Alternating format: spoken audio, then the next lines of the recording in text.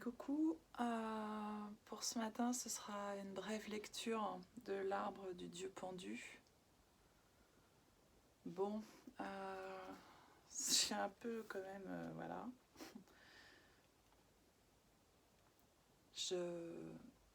Mais Michel, je savais pas du tout que ce livre, il sortait chez Bussière. Il a en plus été imprimé chez Bussière, sur une Cameron. Ok. J'hallucine. Bon, ok. Je crois que je suis pas au bout là. Si tu me vois, et je t'embrasse.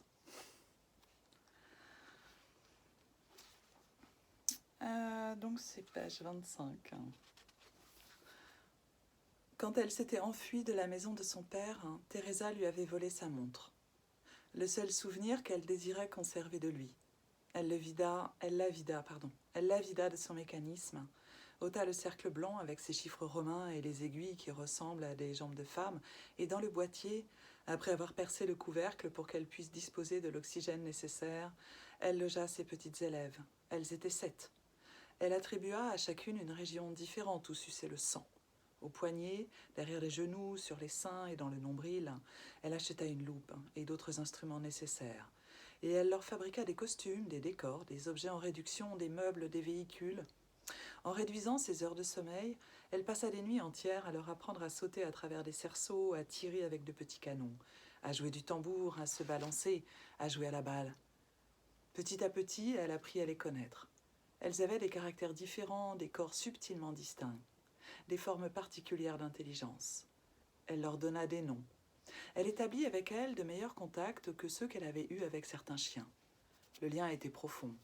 À l'issue d'une longue période, elle put enfin parler et comploter contre Dieu avec ses puces. En comparant la tendresse que lui apportaient les puces et ce qu'elle obtenait des Juifs, sa phobie à leur égard augmenta. Elle voulut changer de race, aller vivre avec les goïms. Mais s'appeler Lévi était comme avoir une étoile à 6 branches gravée au front.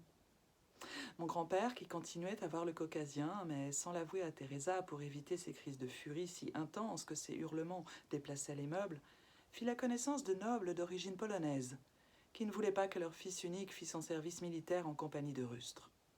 Ils lui fournirent des papiers officiels, achetés à un fonctionnaire vénal, pour qu'il se présente à l'armée à la place du délicat rejeton. C'est ainsi qu'il devint Jodorowsky.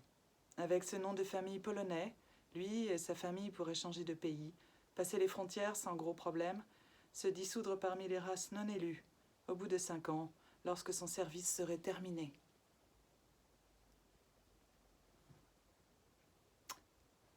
Merci pour la visite il y a très longtemps de l'imprimerie familiale à Saint-Amand-Moron. Merci pour le petit bois de Saint-Amand. De toute façon, je pense qu'on n'a pas besoin de se parler. Je t'embrasse. À plus tard. Bonne journée à tous.